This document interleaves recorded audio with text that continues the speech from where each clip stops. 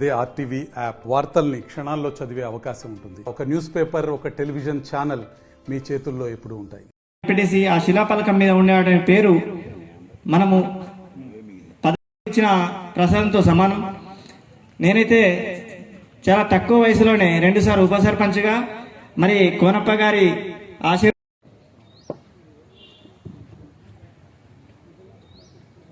ఈరోజు ప్రత్యేక సమావేశంలో పాల్గొన్నటువంటి జిల్లా పరిషత్ చైర్మన్ కృష్ణ ఒక రాష్ట్ర స్థాయి అవార్డు వరకు తీసుకొచ్చిండు కోనప్ప గారు.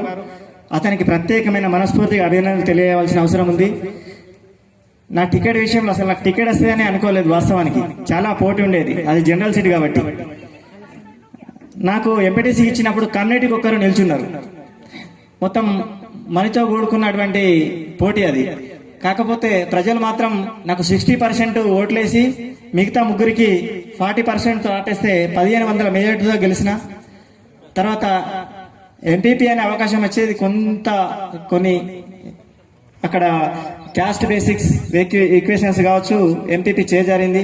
కానీ నా కోరిక ఎప్పుడు ఉండేది ఒకసారి ఎంపీపీ కావాలనేది. అది చివరి క్షణంలో తీరింది. దాన్ని నేను ఒక వరంగా భావిస్తున్నాను. కాకపోతే అధికారుల కోఆపరేషన్ ఉండడం వల్ల మేము మా విలేజ్ మట్టుకు మాత్రం చాలా అభివృద్ధి చేసుకున్నామని చెప్తాం గర్వంగా.